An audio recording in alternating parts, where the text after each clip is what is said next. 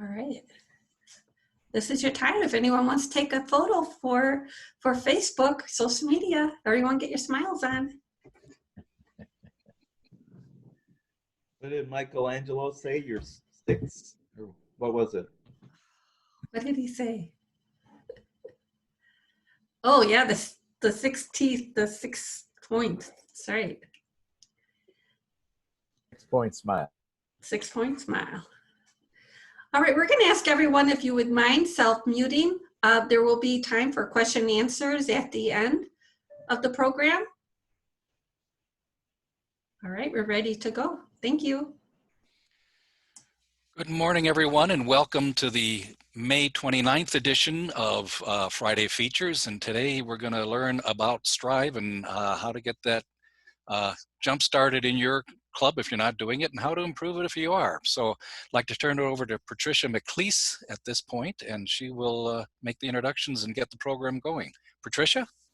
Well, good morning, everyone. I am very pleased to introduce our two speakers from Stillwater Sunrise and from the Rochester Clubs, the Rochester Rotary Club of Rochester. Brent, where is Brent? Brent, why don't you, because you've been the coordinator of the Strive program and Sunrise since 2013, so why don't you introduce yourself, because he's going to start. And then following Brent will be Diane, who has been coordinating all 3 of the Rotary clubs in Rochester, their Strive program. So Brent, take it away. Great. Well, thank you very much for having me and giving us the chance to share our both struggles and successes with Strive. Strive, as most of you are likely familiar with, is a program started by Don Mooney at the White Bear Club. It was designed to target the kids that were registering in the bottom third of the senior class as a way to connect with those students, to give them a little bit of boost as they finished off their high school career, and then send them off post-high school on a positive note. Stillwater Sunrise Rotary had started working with Stillwater High School area students in the late 1980s with early 1990s with Strive, just a year or two after Don started the program at White Bear Lake. And for those first dozen years or so, we had roughly 12 to 15 students each year that got started in the program. We started with having just a couple mentors in those early years and growing to having 10 to 15 mentors for the 12 to 15 students. And then when I took over in 2013, what I had heard the history in recent years had been, and were certainly my experience in my first couple of years, the biggest challenge then was we'd have 12 to 15 students who'd sign up for the program at the start of the year as seniors. But by the end of the year, we only had 4 to 8 students coming each month we'd meet.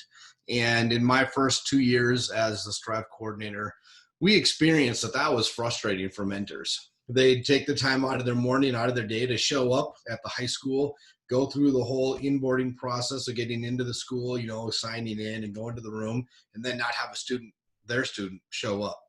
And I got some good feedback from those mentors saying, this just isn't right. We got to change this up. I was sitting with the counselors to say, how do we fix this? Because what was happening is the students had to skip a class in order to come to Strive. And the problem with working with the bottom third of the class based on GPA is those kids can't afford to skip class. And so these kids were either not able to skip because they had a presentation or they had a test, or they legitimately said, I'm going to get too far behind if I miss this class, so I'm not going to go to Strive. I'm going to stay in my class this week. So as I talked with the counselors about designing Strive to be before school, like I know a lot of clubs do, I happened to hear a gentleman as I was on a committee talking about the AVID program at Stillwater High School.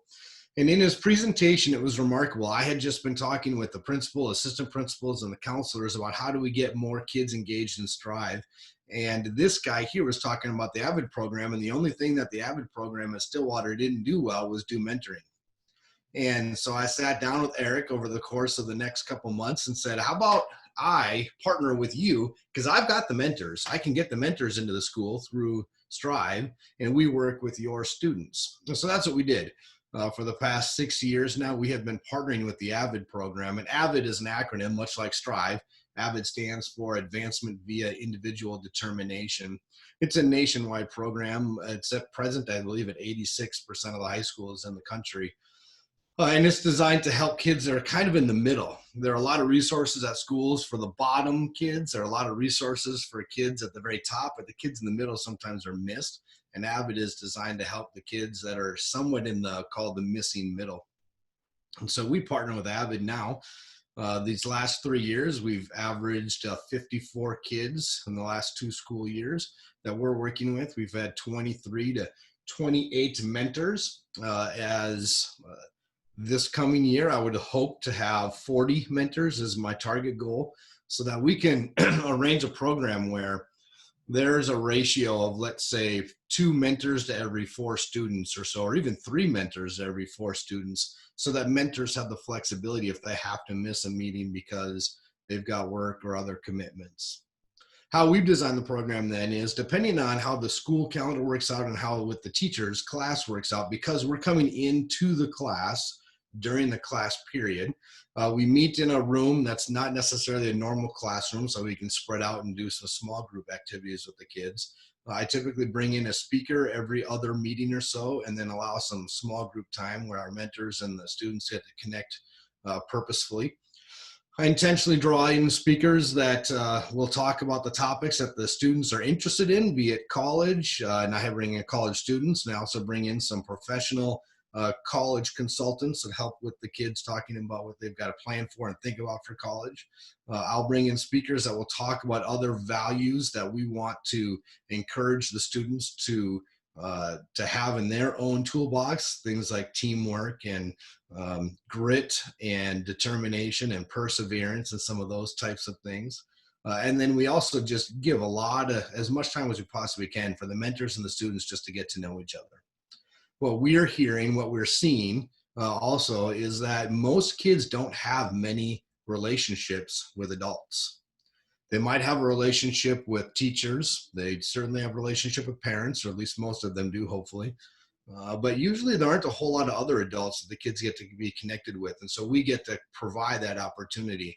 And what we're hearing back from both the kids and the mentors is that the least amount of structure we bring to a particular STRIVE meeting, the better. Because they like the authentic, just talking about the things that are on the kids' hearts especially, and them getting to hear the experiences from the mentors.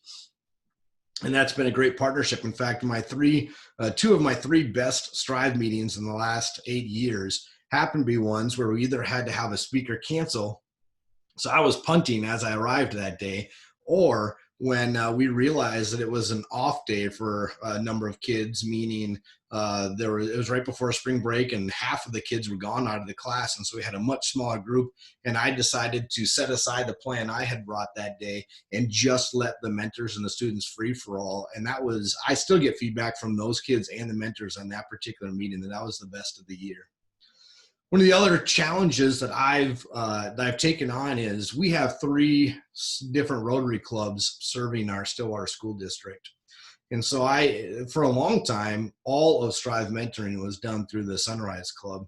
And when I took over, I thought I knew some of the folks from the Lake Elmo Club. And so I connected with some of them, and a few of those members joined in as mentors then. They also contributed some money to our scholarship fund. There was just a good partnership there. In the last couple of years, then I've taken it upon myself to really reach out to the Stillwater Noon Club, the club that meets at noon, officially known as the Stillwater Rotary Club. And we've now had 4 mentors from that club in the last 2 years. And so that now I feel that STRIVE Mentoring is truly a community Rotary project, not just a project of Stillwater Sunrise Rotary. And those now all 3 clubs are contributing every year to the scholarship fund. This year we gave out $12,000 in scholarships. We also did one of our scholarships for the first time this year, in that we gave a student a 4-year scholarship. So she will receive $1,500 each year for the next 4 years. So it was a $6,000 award, and the other 5 students got either $1,000 or $1,500 in our awards. Those scholarships are a big part of our fundraising portion. Now, I don't know what Strive is going to look like next year. It's going to be interesting, depending if the schools are still doing distance learning. As soon as they switched to distance learning this year, there was virtually no chance for us to connect with the students, not because the technology wasn't there, but because the teachers that we were connecting with were unable to devote any time to help make it happen for their kids in their class. Our district had decided not to expect that any students would meet online at any one time with the teacher, and so they couldn't do that for Strive either. Next year, if they go into distance learning, my target would be to work with those teachers to have a separate and regularly scheduled Zoom meeting with students that want to jump on and mentors that want to jump on as well. But in the long run, my vision and goal for Strive Mentoring is to, and also I should mention, when I refer to Strive in the community, I almost always call it Strive Mentoring. And that's somewhat intentional, because the number one question I get from people who have questions about what I'm doing, I say Strive, that means nothing. In fact, it means nothing to most Rotarians, to be honest. But when I say Strive Mentoring, it at least gets them a little bit of picture and they can follow along in the conversation. But my vision then for Strive Mentoring, at least at Stillwater, is again to grab more mentors and involve more mentors into the class. We currently also work with the junior class. We've been working with the junior class. We had juniors and seniors in Strive Mentoring for the last 5 years, and that has been a tremendous advance in the program, because now our mentors get to know students and the students get to know mentors over the course of 2 years. I'm actively considering opening up Strive Mentoring to freshmen and sophomore as well. I don't see why this can't be a school-wide program for those who are in the AVID classes. My son now is a sophomore. He's not in the AVID classes, but I know many of the kids that are. And I know their families. I know their family situations. I know these kids' situations. And since I know some of the background, I see how much benefit Strive Mentoring could be for these students if they had gotten started in the program in 9th grade. I have a feeling some of what they faced now in their junior and senior year could be thwarted or diverted away from if we'd have gotten started with them earlier. Not that we're the only resource that's there for them, but I do see significant advantages, and we hear it from the students as well. So after Diane talks, I'm happy to answer any questions you guys might have. There's so much more to Strive Mentoring than what I just shared there. But in a short amount of time, that gives you some of the background of the challenges and the opportunities that we've had at Stillwater. And I'm pretty blessed to be leading this group. And I look forward to doing it for many more years to come. Well, thank you, Brent. It was very inspirational what you said. And Diane, let's hear from you.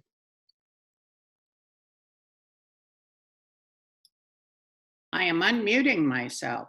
I'm going to share a screen. You know, I'm a former principal, so one has to have good things to share.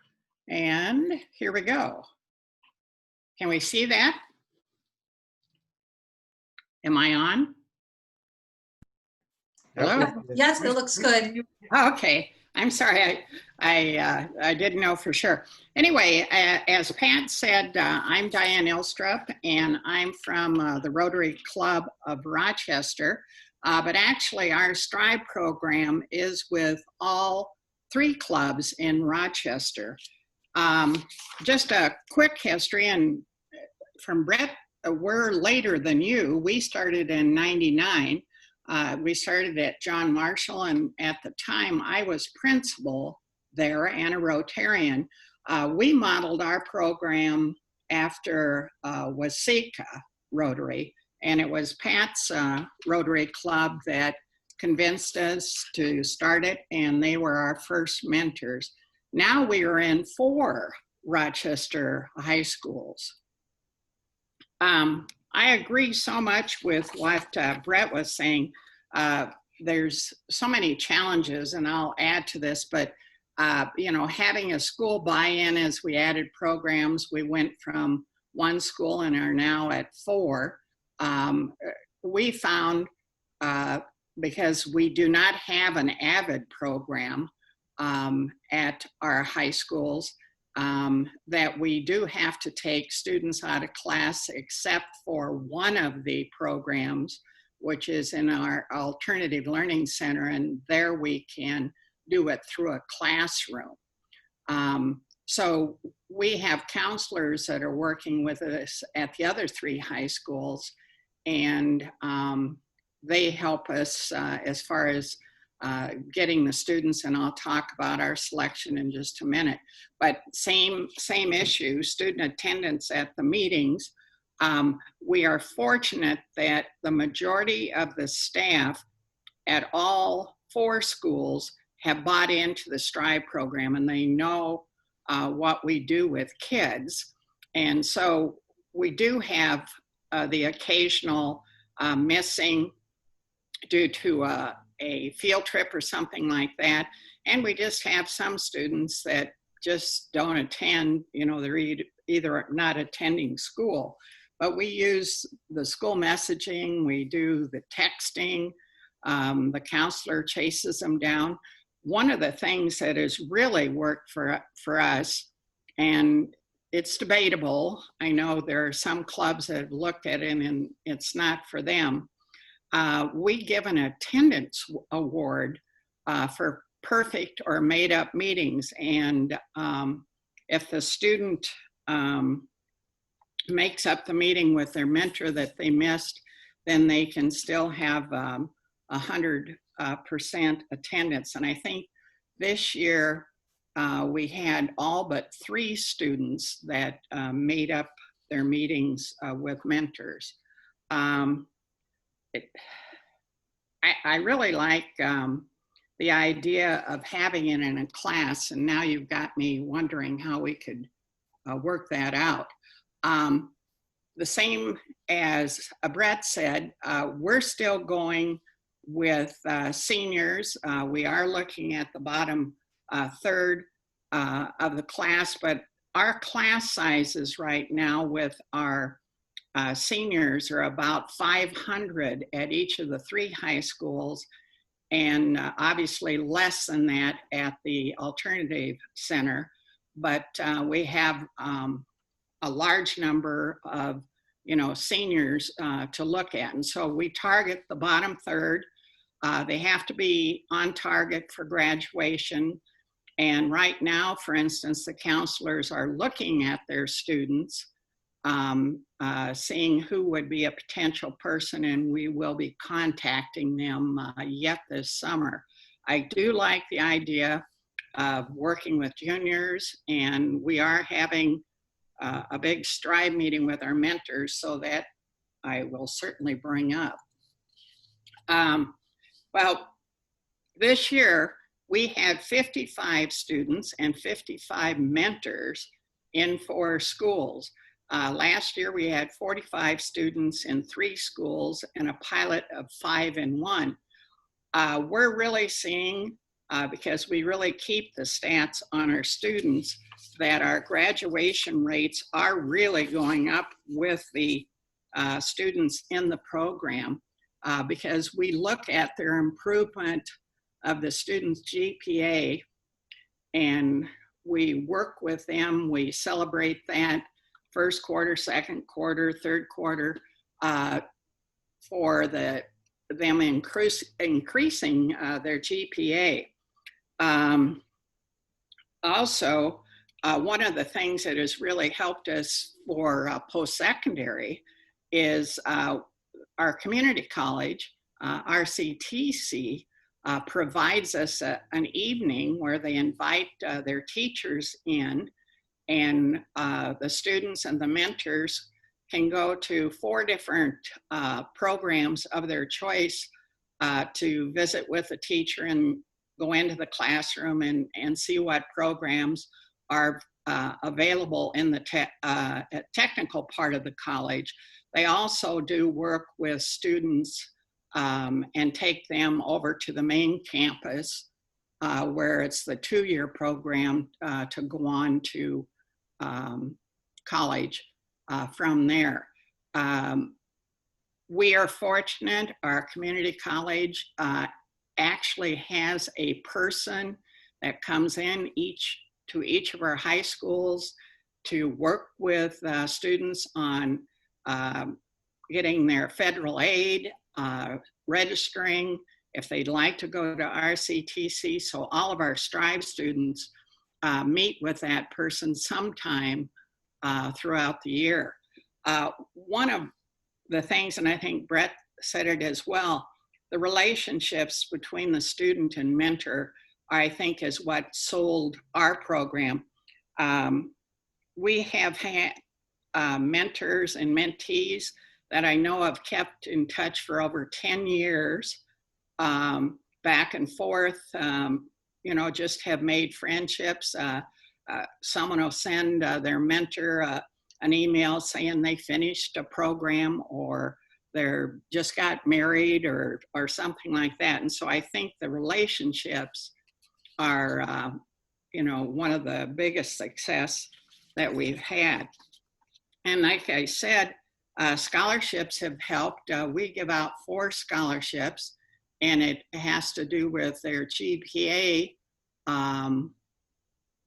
And because we're giving out to 4 different schools, we aren't able to give out as much as we used to. Right now, this is what we're giving out to 4 students at each school. And then the attendance prize is $100, and we give them a crisp $100 bill for having a 100% attendance at the meetings. I should also say, we do have a senior care center that is giving out, and this year they're giving out 2 scholarships for students to take the CNA program, the Certified Nursing Assistant program. So we have 2 scholarships for that. And then our public school foundation gives out 4 $500 scholarships. And this is not, isn't connected necessarily to their grades, but it is connected to maybe a turnaround person, someone that's striving to improve. And they're all made by teacher recommendations for the student. Obviously, the biggest thing is mentors. And when you're looking for 55, we can go to our 3 clubs. And obviously, we've got Rotarians that we used to have one that had been in all 20 years, but he's retired now. But we have a number of individuals that have been doing it for over 15 years. They really care and connect with the students. You have to make sure they're willing to give up a few hours a month. And since ours is done during the school day, they have to be able to leave work to do it. We have employers that are very willing to let a non-Rotarian be a mentor. Olmsted Medical Group, the Mayo Clinic, City of Rochester. We have several social workers that are our mentors. And then we also look at retired individuals in the community. We have teachers that are mentoring that have retired. And we had our mayor last year, and from all sorts of businesses and banks. And really the benefit to the club is that some will join. Some of these individuals that get involved in the program will join.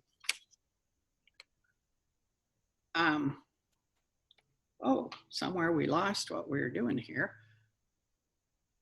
I don't know what happened there. Well, I will make sure, one thing I want to talk about is the district has really an excellent program. Went the wrong way here, but I can talk at the same time, I think. Sometimes a person has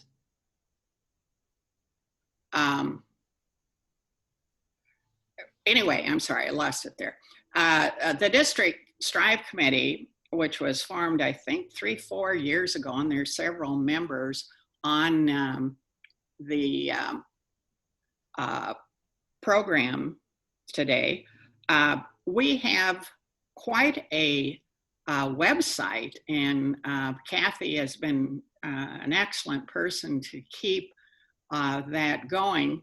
Most of the information, unfortunately, is a couple of years old now. We haven't been as good keeping it up, but if you go to the district 5960 website and you click on Service Avenues, then click on Youth Services where Strive is, and then click on Strive, you'll just find a wealth of information from applications to how to start a program to evaluations, club ideas of programs, all sorts of good things that are out there for people to look at and hack. I guess you don't hack, you can just take it and make it your own. So at this time, then I'll quit and just ask if there are some questions out there from either Brent and myself regarding what we've shared. This is Dave Johnson. I have a question for both of you related to the counselor guidance that is given to Strive. Diane, you emphasized, I think, a couple different times the importance of the counselor, whereas Brent didn't mention the counselor at all and more of a link to the AVID classes. What role, how do you see the counselor? Do you see this as a counselor program or a Rotary program?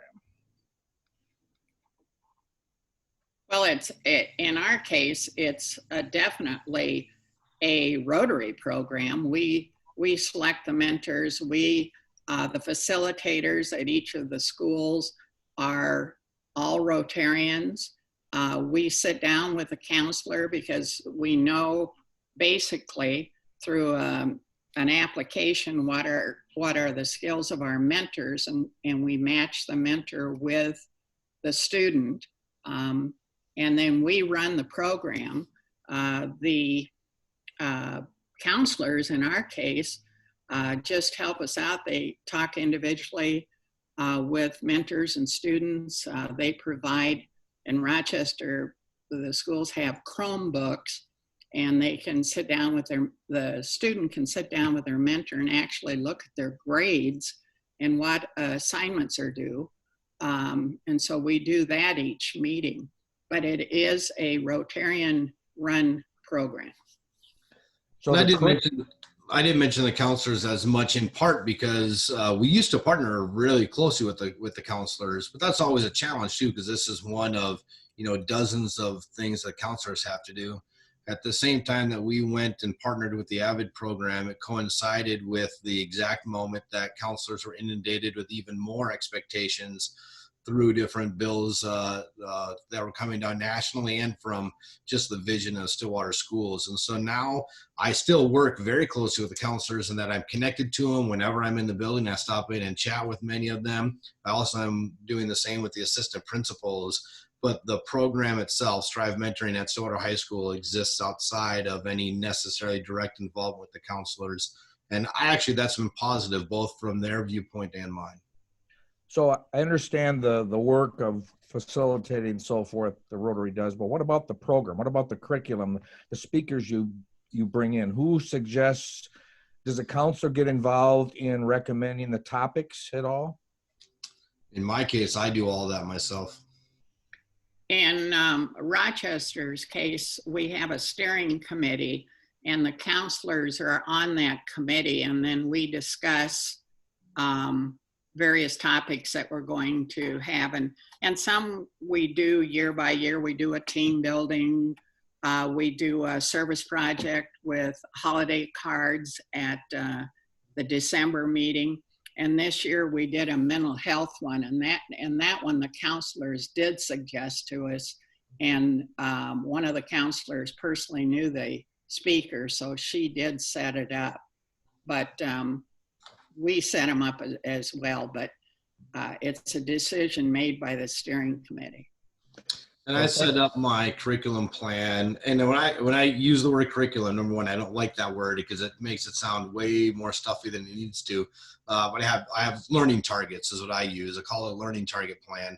So every meeting has a learning target. It usually connects to a value, like I talked about earlier with the grit and the teamwork and perseverance. And I do it on a 2-year plan since we start with juniors and we'll have them for 2 years. I don't want to repeat them year to year for the same students. The one thing that gets repeated each year is discussion of college that comes from our vantage point because they're already getting it at school already. And we do the 4-way test in December to open up the scholarship application process because the scholarship application has to deal with the 4-way test. Thank you. I have one more question, but I'll step back for a while and let others step in and ask their questions. Thank you.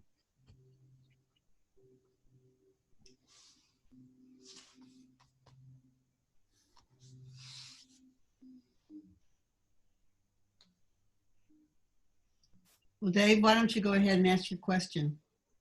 Okay, our club in Le Sueur, this year we had 8 students that completed the year. We have actually 9 mentors and a facilitator. So our program has grown a little bit, but we're very small compared to Rochester and Stillwater. One of our main concerns and frustrations from the mentor perspective is, are we getting the right students in the program? The students that have the program, the potential and the drive or readiness to benefit from our mentoring. And I know that Rochester, at least in the past, I thought Diane had mentioned that Rochester requires an application and the students are selected. In our district, we've just had the students listen to recruited by the counselor, lower GPAs, and they go to an informational meeting with the counselor and myself, a mentor, to get an idea of it. And then they sign a commitment. They don't actually apply. They're kind of, to some extent, lured into the program, and we try to influence them to sign up and commit to our several commitments on attendance and graduating on time and a post-secondary plan and so forth. How do you select students? Is that just based on their interest and they just come to the meetings and sign up, or is there some kind of a selection process that your clubs go through? I'll quick answer mine first, Diane, and then because I imagine your answer will be a little bit longer than mine will be. But for us, that was one of the challenges we had when we did it before working through the counselors, is they were giving us names of kids they thought would benefit, but they had no idea if they were going to show up or come. We had an application process, much like you're talking about, but really the application process is just so we could have their cell phone number and email address so we could remind them when the meetings were coming, because if they were a warm body that said yes, we would take them. What our counselors, our mentors experienced is if the kid did show up for a particular meeting, they weren't always engaged with the mentor. That's unfortunately true about a lot of kids that are in the bottom third of the GPA. Is one of the things they don't do very well is engage with adults. If they're not already engaging with their teachers, it's hard to imagine they'd be engaging with these business people coming in as mentors. When we started partnering with Avid, these kids are already gone through an application process to get into the Avid program. They've already been vetted in some way, shape, or form to both have needs, but also have ability. And when you partner that together, now our counselor, our mentors are having an engaged conversation with the students at a level that you wouldn't have with necessarily other students. We've had students, you talk about needs, we had 2 students in the last 2 years that were the person in their family that walked in and discovered their parent had committed suicide in their bathroom. And they were the person that discovered the body. These are experiences that our kids are having that are able to talk with adults now that don't have any experiences like that at all, but can come alongside and be a caring heart. And someone that cares not about their performance, their test scores, their GPA, their this, but cares about them as people. And what all the teachers have told us in the last couple of years is that the students perform better when they feel they're loved than they do when they're encouraged academically. And so it's crazy. If you want academic improvement, it might not be best to target academics. It might be best to target the thing that's weighing on their heart that gets in the way of a kid learning academics. Sorry, Diane, that was a longer answer than I thought it was going to be, so take it away. Can No, I just clarify something with Brent before Diane Sure. talks? Just to clarify, the AVID program, as you mentioned, is targeted to the middle third of the students, not the bottom third. Yeah, it's not the middle third, but it's the missing middle. So yes, that's a fair. So Accurate. that's a very significant difference in a lot of ways, the middle third versus the bottom third. And you're connected with an AVID class that has a curriculum and teachers trained to talk about the life skills and reinforce the study skills and so forth and so on. So just to clarify, I'm not criticizing, Correct. I'm just want to Yeah. clarify that. Okay. You're right. Sorry to interrupt, Diane. no, that's fine. I think Brett has a really good point. Applications aren't the wherefalls.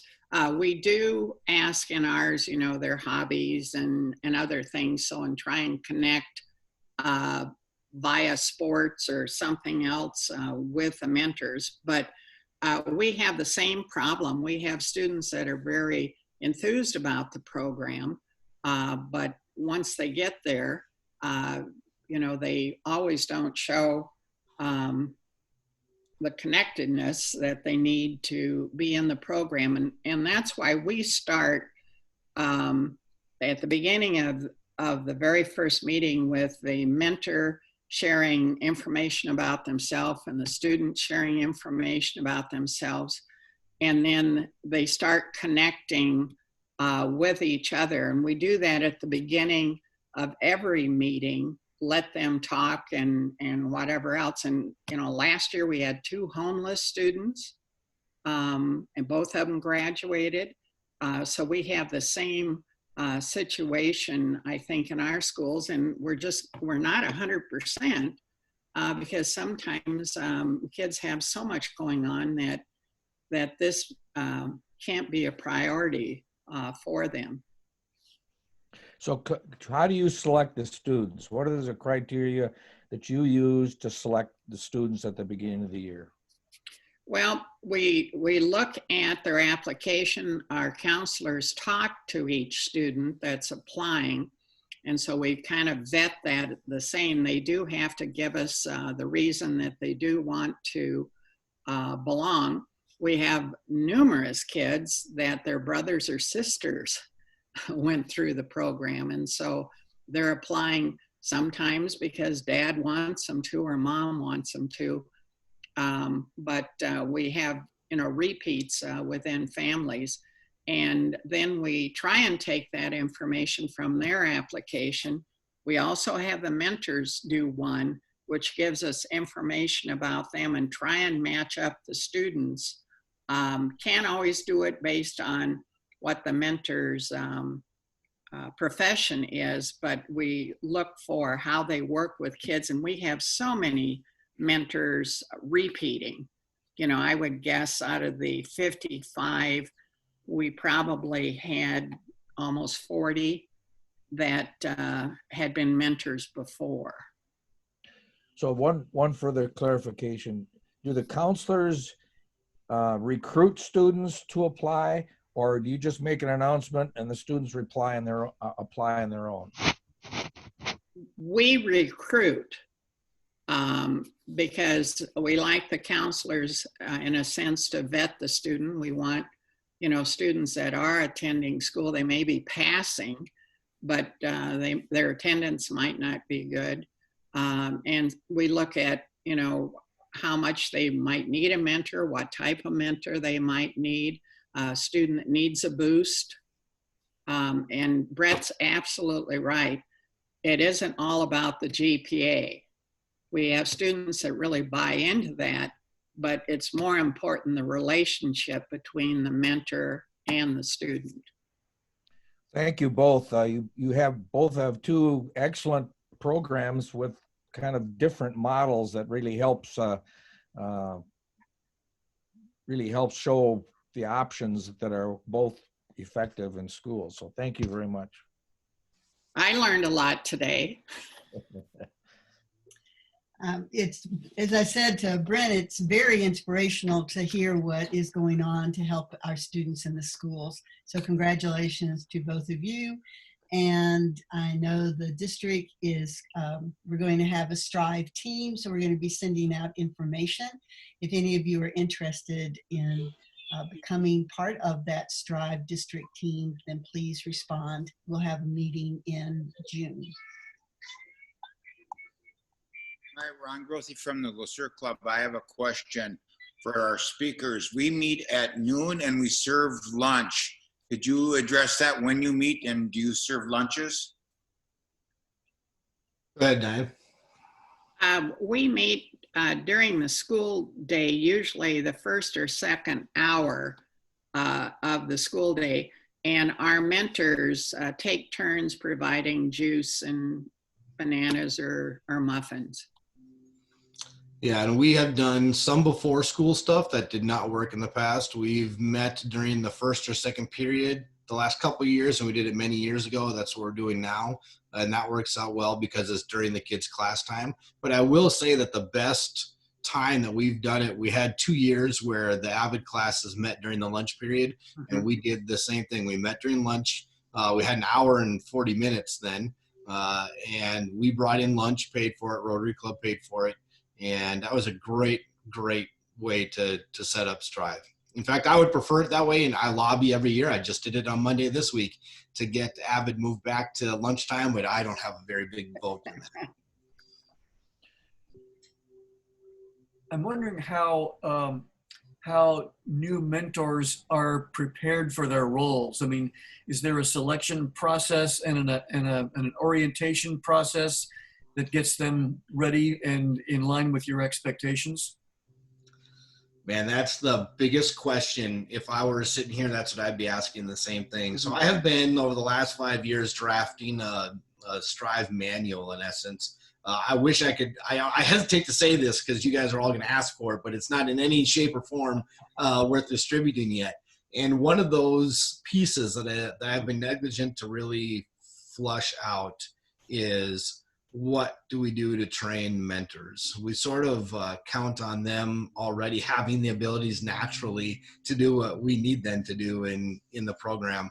It's one of the pieces I've dabbled in each year, something different. Sometimes I send them inspirational things throughout the months by email leading into meetings, or I will do a pre-Strive meeting. I've done that sometimes as well. It kind of depends on where we're at with the program and what the purposes are, but that's the part I've not done as well as I know we should and could. Do you feel like you have any liability for what a mentor might do? We've talked about liability with counselors and teachers and among some of the Rotarians.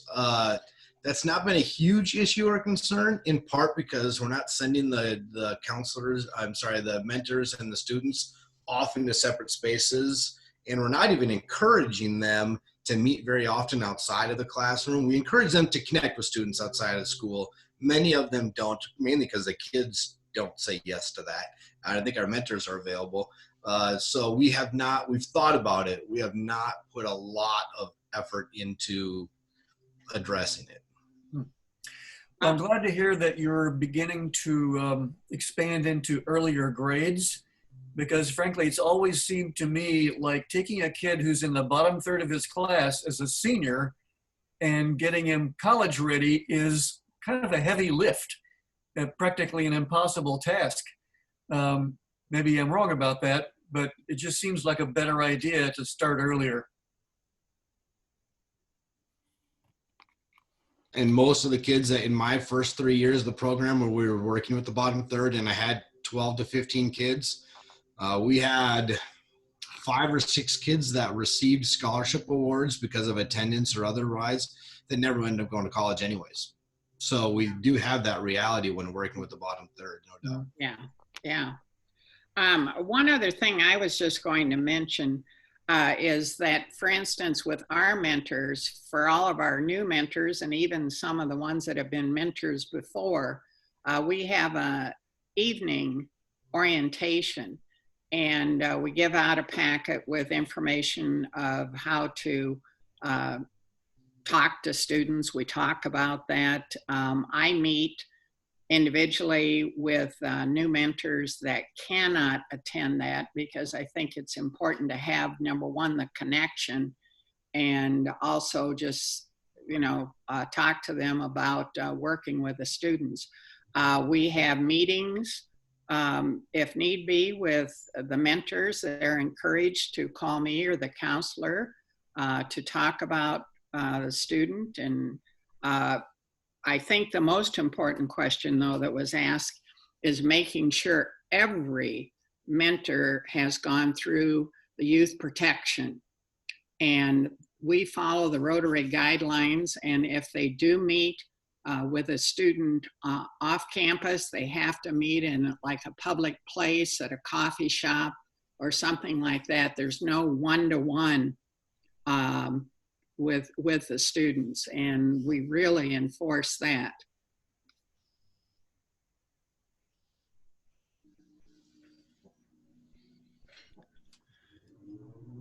Any other questions? Yeah, just I have a one question. One question I have as well.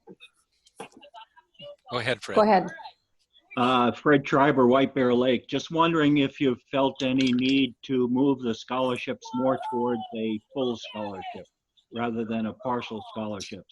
We at White Bear Lake have found that many of our students that are in the program cannot afford to go to college by any means, and they also have many times have other obligations from home life and so forth that they have to pay for. So we've felt strongly the last couple of years to move our scholarships more towards a full scholarship for the first year.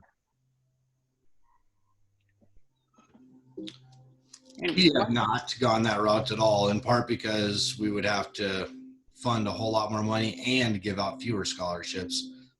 But that's never, we briefly talked about it in my time leading Strive, but that has not ever gotten beyond just a brief mention.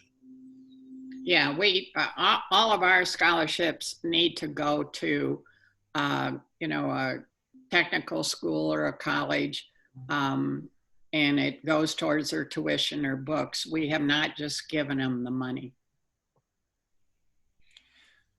Cindy, you had a question?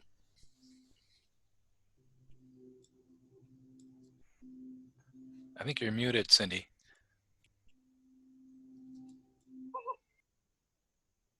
You guys talked about doing, I think it was you, Diane, that said you do team building, service projects, and mental health stuff with your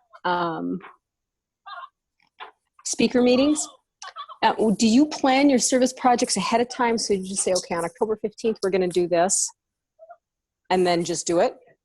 Is that, how do you plan for that? Well, for instance, our service project, we do, because of the district, we do holiday cards and not Christmas cards. But right.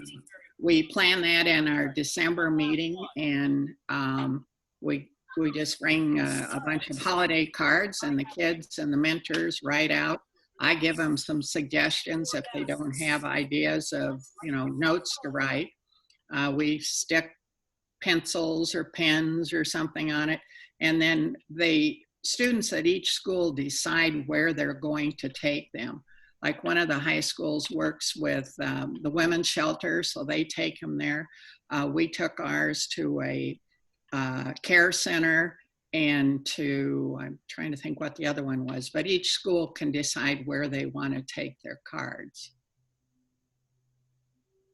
Have a highway cleanup for our Strive kids, but we struggle with that. I mean, the school buses them there, we pay for the busing, but like this year we had to cancel it because of COVID, and there's been a couple years where there's been snow on the ground. Can't pick up the trash with snow on the ground, so it might be better to try something in addition to that. You guys both had partnerships with other businesses and Avid. And how did you go about putting that partnership together? For me, the partnership with Avid happened just because I was on a committee with the instructor that led that program. So that was just a natural byproduct of having conversations around a table. other partnerships that we've had has been intentional, reaching out and speaking to people and just inviting them to have a conversation. We're doing more of that right now. We produced a video last fall so that we could distribute it to our local businesses and those that we think maybe should be involved in Strive mentoring. We have some big businesses located here in Stillwater that we think they should be sending folks, and we could partner well in a lot of different reasons, a lot of different ways to make it productive and meaningful, both for the company themselves and then for our students and school district. Our whole district is moving that direction as well. And so we are not only one of the partners for the school district, we're helping find new partners for the school district, some of them coming through Strive, some outside. Also, with regard to real quick about the service projects, we invite all of our Strive kids to come to most of our service projects. They don't. We have had very few kids take part in it, except for the one Halloween parade we do at the senior center near the high school. We have a lot of kids there that love to see the little kids in costumes and love to be around the candy handed it out, and that's been a great event for us as well. Okay, thank you. And in Rochester, we haven't reaped the benefits of it yet, but there's a program going on with the whole community, and it's called Cradle to Career. And actually it was started by Rotarians. And we have monthly meetings. I'm on the high school group as a part of Rotary, and all different types, Boys and Girls Club, any of the organizations that have anything to do with high school students. There's school district people there. I would guess there's probably 30 some members. And so we're starting to connect with them as well.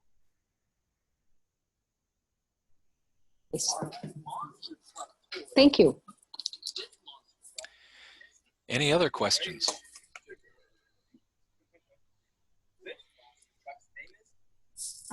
If not, we may look at wrapping this up. Thank you very much, Diane and Brent and Patricia, for this enlightening program, this Friday feature. Brent, I'm reminded you were talking about the impact it has on the kids and the difference it's making. I'm reminded of the work done by the Search Institute back in the 80s, where they came up a list of 40 assets that kids need to have in their life to be successful and thrive. And one of them was to have an adult, non-related adult, interested in their lives, and it's interested in them. And as you were speaking to, not just the academics or, you know, athletics or whatever, but interested in them as a person. And I think it's showing itself there. So great work on that. Next week, we will have Mike Gregory speaking on civil discourse, and given recent events, this may be a good thing to do. So have a good evening, or a good rest of the week. And the screen is doing funky things, but have a good, didn't know